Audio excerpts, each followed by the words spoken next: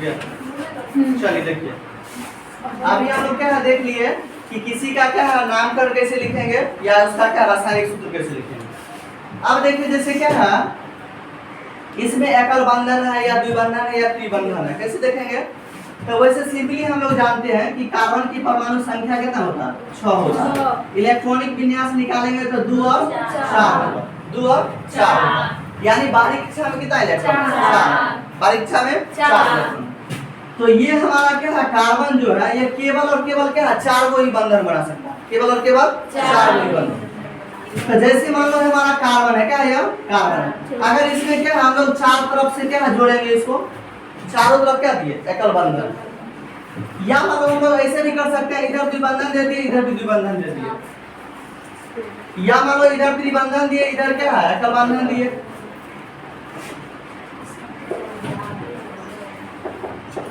या हम लोग क्या इधर त्रिबंधन, इधर एकल बंधन। क्या बोले हम लोग कि या तो कार्बन में क्या ये चारों बंधन पुराने के लिए चारों साइड से क्या एगो एगो सिंगल बॉन्ड दे दिए, या हम लोग क्या है एक तरफ क्या डबल बॉन्ड और दो तरफ सिंगल बॉन्ड दिए, या हम लोग क्या है एक तरफ दोनों तरफ क्या डबल बॉन्ड दे दिए, या क्या है एक तरफ क्या ट्रिपल बॉन्ड दिया, एक तरफ सिंगल बॉन्ड दिया। वैसे बॉन्ड कैसे बनता है तो आप लोग को क्या है बताए हुए थे कि हमारा क्या है बंधन क्या है दो ही तरह से बनता है, कि जब हमारा क्या है अगर दोनों धातु ही रहेगा तो बंधन नहीं बनता। अगर एगो हमारा धातु रहता है और एगो क्या है अधातु रहता है, यानी एक धातु रहता है एक अधातु रहता है, और तब जो बंधन बनता है तो क्या इसको हम लोग कहते हैं आयनिक बंधन। कौन बंधन, आयनिक बंधन। वही अगर दोनों क्या है अधातु ही रहता है, दोनों क्या रहता है अधातु ही रहता है, तो इस बंधन को हम इसके बीच जो बंधन बनता है इसको हम लोग कहते हैं स्वसंयोजक बंधन। क्या कहते हैं, स्वसंयोजक बंधन। मतलब धातु और अधातु में क्या रहता है, एगो इलेक्ट्रॉन त्याग करने वाला एगो ग्रहण करने वाला, तो ये एगो हमारा धनायन बन जाता है, एगो ऋणायन बन जाता है, दोनों मिलकर हमारा क्या है यौगिक बनाता है। तो इस बंधन को हम लोग आयनिक बंधन कहते हैं और यौगिक को आयनिक यौगिक। वहीं अगर दोनों क्या है अधातु ही रहता है तब इसके बीच क्या है दोनों क्या है ग्रहण ही करने वाला रहता है, तो इस कंडीशन में हम लोग क्या करते हैं इलेक्ट्रॉन की साझेदारी कर लेते हैं, और साझेदारी से जो बंधन बनता है उसको स्वसंयोजक बंधन। तो यह जो स्वसंयोजक बंधन है, जैसे मान लो हम लोग क्या है कैलोरी क्या देखते हैं Cl2 में, तो वैसे कैलोरी की परमाणु संख्या 17, इलेक्ट्रॉनिक विन्यास निकालेंगे तो 2 और 7, लास्ट पे कितना इलेक्ट्रॉन 7 है, यानी हमारा क्लोरीन के बारीक कक्षा में 7 इलेक्ट्रॉन है, कितना 7। तो अष्टक पूरा करने के लिए कितना चाहिए 8 चाहिए, तो इसके पास 7 हुआ है, एगो और ले लेगा 7 है 8 हो गया, इसके पास भी 7 हुआ है तो वो ले लिया तो 8 हो गया, यानी एक एक इलेक्ट्रॉन का साझेदारी हुआ है। तो यह क्या है एकल बंधन बना है। जैसे हम लोग ऑक्सीजन की बात करेंगे O2 है, तो ऑक्सीजन की परमाणु संख्या 8 होती है,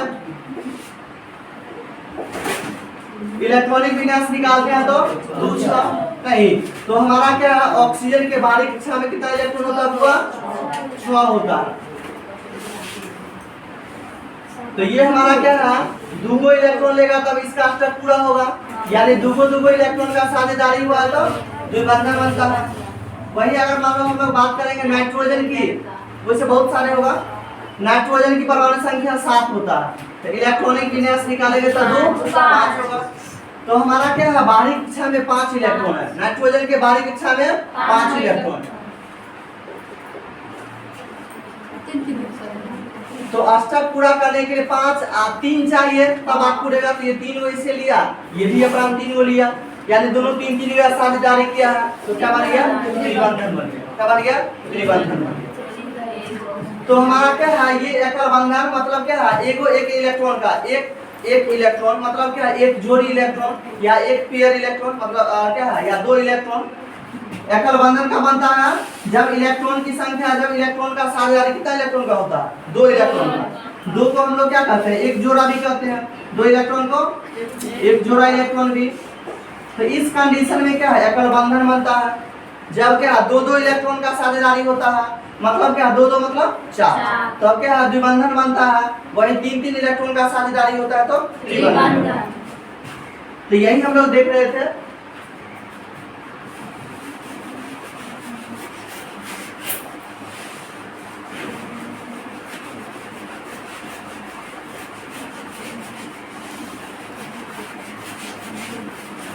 तो चलिए क्या है, यह एकल बंधन है केवल, इसमें एक तरफ द्विबंधन है, दो तरफ एकल बंधन है। इसमें हमारा क्या है कि क्या है, दोनों तरफ क्या द्विबंधन है। इसमें क्या एक तरफ से त्रिबंधन है, एक तरफ से एकल बंधन है। तो वैसे क्या है, आप लोग जानते हैं कि जैसे मान लो हम लोग भोज खाने के लिए जाते हैं, अगर पूरे तंदुरुस्त होकर खा लेते हैं कहीं, यानी पूरे सभी क्या हमारे पेट का चारों कोना भर जाता है, तो हम लोग क्या करते हैं, तृप्त हो गए। क्या हो गया, तृप्त हो गए। तो इसीलिए इसको हम लोग क्या कहते हैं, संतृप्त कहते हैं। क्या कहते हैं, संतृप्त। इसका चारों कोना क्या है, भरा हुआ, तो क्या कहें इसको, संतृप्त हाइड्रोकार्बन। वही इसमें देखो क्या है, चार कोना में क्या है, तीन गो कोना ही भरा है, एक कोना क्या है, खाली है। मतलब ये क्या पूरा मन नहीं भरा हुआ है। अगर भोज खाने के लिए जाते हैं, थोड़ा भी क्या है अच्छा नहीं लगा तो भरपेट नहीं खाते हैं, अब भरपेट नहीं खाते मतलब तृप्त नहीं हुए हैं, तो इसलिए इसको हम लोग क्या कहते हैं, असंतृप्त कहते हैं। क्या कहते हैं, असंतृप्त। यानी ये हमारा क्या हो गया, असंतृप्त हाइड्रोकार्बन हो गया। इसी तरह से इसका भी क्या है, दो तरफ खाली है, तो ये भी असंतृप्त हो गया, ये भी क्या हो गया, असंतृप्त हो गया।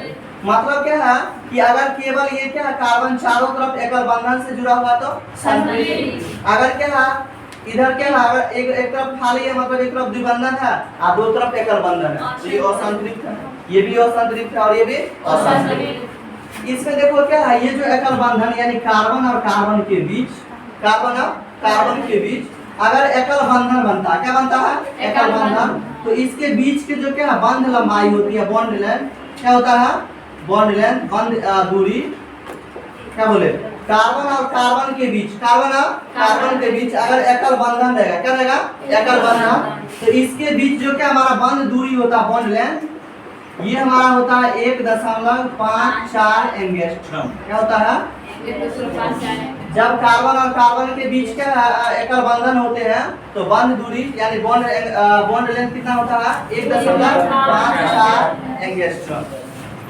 वही कार्बन और कार्बन के बीच क्या द्विबंधन रहता है, तो हमारा बंध दूरी जो होता है वह क्या है, 1.34 एंगस्ट्रॉम होता है, 1.34 एंगस्ट्रॉम। वही कार्बन और कार्बन के बीच त्रिबंधन होता है, तो बॉन्ड लेंथ हमारा कितना होता है, 1.20 एंगस्ट्रॉम, 1.20 एंगस्ट्रॉम। वैसे क्या ये भी हमारा क्या बराबर क्या है, ऑब्जेक्टिव में क्या पूछते रहता है कि हमारा जब कार्बन और कार्बन के बीच एकल बंधन हो तो उसके बंध दूरी होगी। ऑप्शन दिया रहेगा यही तीनों चारों, तो हमारा क्या आंसर हो जाएगा, एकल बंधन रहेगा 1.5 देख लीजिए आप लोग जगह हो तो 1.54 एंगस्ट्रॉम, द्विबंधन रहेगा तो 1.34 एंगस्ट्रॉम और त्रिबंधन रहेगा तो 1.20 एंगस्ट्रॉम।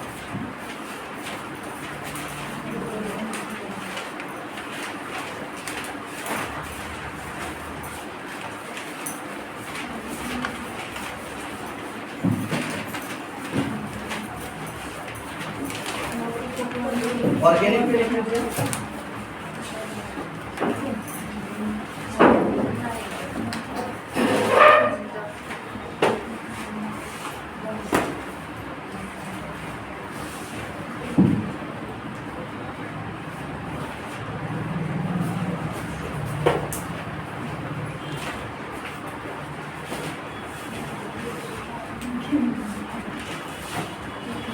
क्लियर।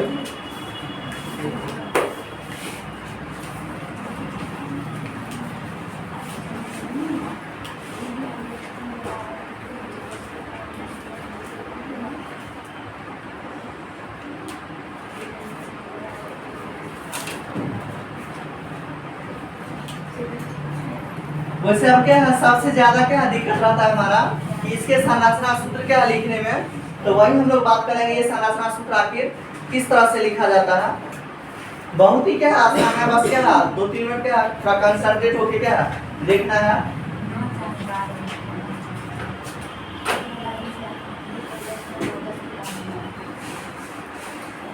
हो गया,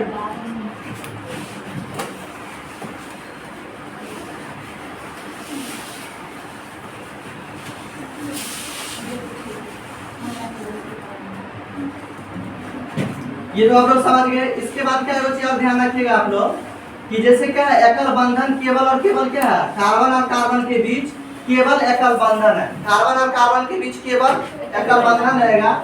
केवल क्या है एकल बंधन रहेगा। किसके बीच? कार्बन और कार्बन के बीच, कार्बन और कार्बन के बीच। तो इसको हम लोग क्या कहते हैं? इस हाइड्रोकार्बन को एल्कीन कहते हैं। यानी जब कार्बन और कार्बन के बीच केवल और केवल क्या हो? एकल बंधन हो तो एल्कीन कहेंगे। वही क्या है, अगर क्या है कम से कम एक द्विबंधन होगा, कम से कम क्या है कार्बन और कार्बन के बीच क्या है एगो द्विबंधन होगा, तो इसको हम लोग एल्कीन कहेंगे। क्या कहेंगे? एल्कीन कहेंगे। वही अगर क्या है कम से कम एक क्या है त्रिबंधन होगा, क्या होगा? त्रिबंधन। तो इसको हम लोग क्या कहेंगे? एल्काइन कहेंगे। कार्बन और कार्बन परमाणु के बीच केवल और केवल एकल बंधन हो तो एल्केन कहते हैं। अगर कार्बन और कार्बन के बीच कम से कम एक द्विबंधन हो तो एल्कीन कहते हैं। और कार्बन और कार्बन के बीच क्या है कम से कम एक त्रिबंधन हो तो एल्काइन। इसमें देखिए क्या है एकल बंधन है, ये क्या है द्विबंधन और ये त्रिबंधन। ये एल्केन है, ये एल्कीन क्या है एल्केन, एल्कीन और एल्काइन। इसमें वैसे आप लोग क्या है ये तो जानते हैं कि इसमें सिग्मा बॉन्ड क्या होता है। तो अगर एकल बंधन आता है तो सिग्मा बॉन्ड की संख्या कितना? सिग्मा बॉन्ड की संख्या अरे एकल बंधन है तो एक ही हो ना। पाई बंध की संख्या जैसे पाई से देंगे तो पाई बंध की संख्या देखो, जैसे एकल बंधन है, द्विबंधन है, त्रिबंधन है। एकल बंधन है, द्विबंधन है और त्रिबंधन है। तो द्विबंधन सभी में एगो सिग्मा बॉन्ड की संख्या क्या है? सभी में एगो सिग्मा बॉन्ड की संख्या होता है, मतलब सभी में एगो सिग्मा बॉन्ड होता है। तो इसमें भी एगो सिग्मा बॉन्ड, इसमें भी एगो सिग्मा बॉन्ड और इसमें भी क्या होगा एगो सिग्मा बॉन्ड। यानी कहेंगे सिग्मा बॉन्ड की संख्या कितना है? एक है। अगर क्या है कहेंगे इसमें क्या है पाई बॉन्ड, तो इसमें तो एक ही बॉन्ड है ना, तो ये तो खत्म हो गया सिग्मा बॉन्ड, तो पाई बचा ही नहीं, इसलिए क्या हो गया पाई बॉन्ड की संख्या 0। इसमें सिग्मा बॉन्ड की संख्या 1 और एगो इलेक्ट्रॉन तो बचा हुआ है एगो बंधन, तो पाई बॉन्ड की संख्या 1। इसमें क्या है कितना बचा हुआ है? 2 बचा हुआ था, पाई बॉन्ड की संख्या 2। अगर मान लो इसी में से अगर आप लोग को परीक्षा में पूछेगा हमारा कि जैसे मान लो क्या है हमारा C2H6, इसका नाम वैसे क्या है इथेन बोले हैं। क्या नाम है ये? इथेन। तो इथेन में सिग्मा बॉन्ड की संख्या होती है, इथेन में सिग्मा बॉन्ड की संख्या होती है, बताइए कितना होता है? तो पहला नंबर हमारा क्या है इसका स्ट्रक्चर बनाना, जो हम लोग क्या इसके जस्ट बाद देख रहे हैं। तो कार्बन है ये क्या हमारा C2H6 है, तो 2 कार्बन है और ये क्या है क्या है इथेन है। क्या है इथेन, मतलब ये क्या है अल्केन है। तो अल्केन है तो केवल और केवल क्या होगा एकल बंधन। तो हम लोग एकल बंधन से सबको सजा देंगे। क्या करेंगे एकल बंधन से सजा देंगे। अब इसमें क्या लगा हुआ हाइड्रोजन, तो 6 को हाइड्रोजन है तो 6 को क्या किए हाइड्रोजन दे दिए। अब क्या देखेंगे कि कितना एकल बंधन है, कितना एकल बंधन। तो क्या हुआ एकल बंधन देखो, यहाँ पर एगो है एगो सिग्मा बॉन्ड, यहाँ पर एगो सिंगल बॉन्ड है एगो सिग्मा बॉन्ड, यहाँ पर भी एकल बंधन है तो सिग्मा बॉन्ड, यहाँ पर भी है तो सिग्मा बॉन्ड, यहाँ पर भी है, यहाँ पर भी है, यहाँ पर। तो टोटल कितना हो गया 1 2 3 4 5 6 7। इसमें सिग्मा बॉन्ड की संख्या 7 हो गया। कहेंगे पाई बॉन्ड की संख्या 0। तो इसमें द्विबंधन है ही नहीं या त्रिबंधन है ही नहीं, तो पाई बॉन्ड की संख्या 0 बस गया। तो इस तरह से किसी का भी क्या सिग्मा बॉन्ड या पाई बॉन्ड निकालने के लिए देगा तो आप लोग आसानी से निकाल सकते हैं। तो यहाँ पर क्या बहुत ज्यादा क्या हमारा जरूरी पड़ेगा संरचना के, किसका संरचना सूत्र का। तो वही हम लोग अब इसके बाद क्या है संरचना सूत्र देखिए। लिखना दिए क्या तो लिखे हुए